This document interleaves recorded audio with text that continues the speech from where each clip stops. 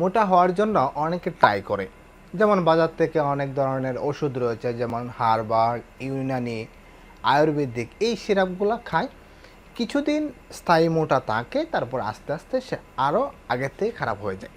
তো আজকের ভিডিওতে আমরা কিভাবে স্থায়ীভাবে মোটা হওয়া যায়, সেটা ঘরোয়া প্রসিডিওরে, ঘরোয়া খাবারে, সেই খাবারগুলো আসলে কী কী।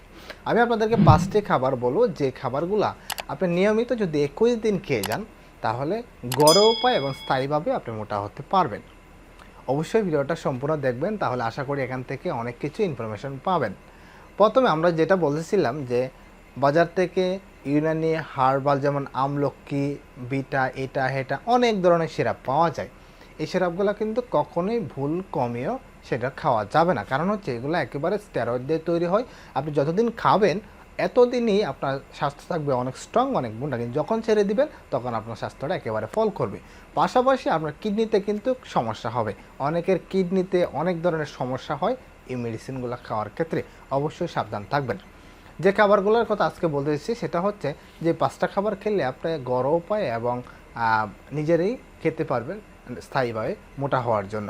যেমন আমরা সবসময় বলে থাকি ডিমের কিন্তু বিকল্প নেই, ডিমের হচ্ছে প্রচুর পরিমাণে প্রোটিন। আপনি সকাল বিকাল একটা করে ডিম খেতে পারেন, এটা খুব সহজলভ্য এবং হাতের কাছেই পাওয়া যায়।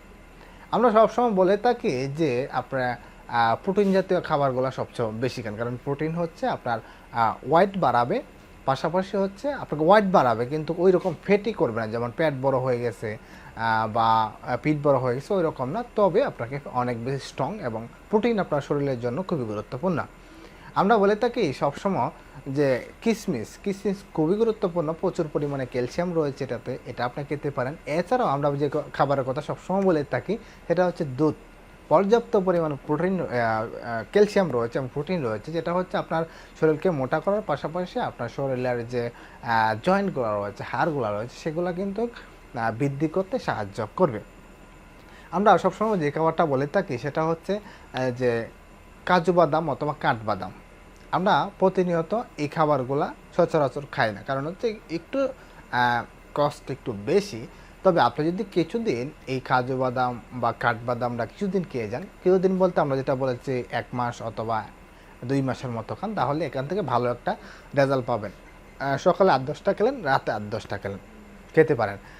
আমরা সবসময় যেটা বলে থাকি যে খুব সহজলভ্য এবং ঘরের কাছে পাওয়া যায়, সেটা হচ্ছে ছোলা বুট। ছোলা বুটের মোটা হওয়ার জন্য ছোলা বুটের গুরুত্ব অপরিসীম। ছোলা বুটটা আপনারা কীভাবে খাবেন, যেমন রাতের বেলা ভিজিয়ে রাখতে পারেন, সকালে সেটা খালি পেটেও খেতে পারেন, আবার ভরা পেটেও খেতে পারেন, আবার সেটা আপনি কাঁচাও খেতে পারেন, আবার সিদ্ধ করেও খেতে পারেন, যে কোনো একভাবে খেলেই হলো।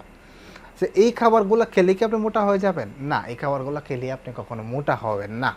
তো এই খাবারগুলো খেলে মোটামুটি আপনার ওজনটা একটু বাড়বে, তবে এরও পাশাপাশি কিছু পরিশ্রম আপনাকে করতে হবে। সে পরিশ্রমগুলো কি, সেটা হচ্ছে অবশ্যই আপনাকে 2 থেকে 3 লিটার পরিমাণ পানি আপনাকে পান করতে হবে, অর্থাৎ পর্যাপ্ত পরিমাণ আপনাকে পানি পান করতে হবে। পাশাপাশি আপনাকে কিছু কায়িক পরিশ্রম করতে হবে। আপনি যদি শুয়ে থাকেন তাহলে কিন্তু এই যে খাবারগুলো খাচ্ছেন সেটা কিন্তু হজম হবে না। সো হজম হওয়ার জন্য অবশ্যই আপনাকে কিছু কায়িক পরিশ্রম করতে হবে। আপনার বদ অভ্যাসগুলো একেবারে বাদ দিতে হবে, আপনার লাইফস্টাইলকে পরিবর্তন করতে হবে, নিয়মিত খেতে হবে। বারবার খান কিন্তু আপনার নিয়মিত খেতে হবে। ধরেন আজকে সকালবেলা একবার খেলেন, আবার রাতের বেলা খেলেন, আবার পরের দিন দুপুরবেলা, এটা কিন্তু খাবারের মধ্যে পড়ে না। ফাস্টফুড জাতীয় যত খাবার আছে সেগুলো আপনাকে বাদ দিতে হবে। নিয়মিত ঘুমাতে হবে, 6 থেকে 8 ঘন্টা অবশ্যই আপনাকে ঘুমাতে হবে। পাশাপাশি এই খাবারগুলো খান। আমি বলছি 1 থেকে 1.5 মাস আপনি ওয়েট করেন, 21 দিন পর্যন্ত সর্বনিম্ন ওয়েট করেন, আপনার ওজন 5 থেকে 10 কেজি হলে বাড়বে, কিন্তু লাইফস্টাইলটা অবশ্যই পরিবর্তন করতে হবে। একদিন অথবা 2 দিন খাওয়ার পরে যদি বলেন যে আসলে তো আমার তো ওজন বাড়ে না, আমি এখন কি করব, এটা হবে না।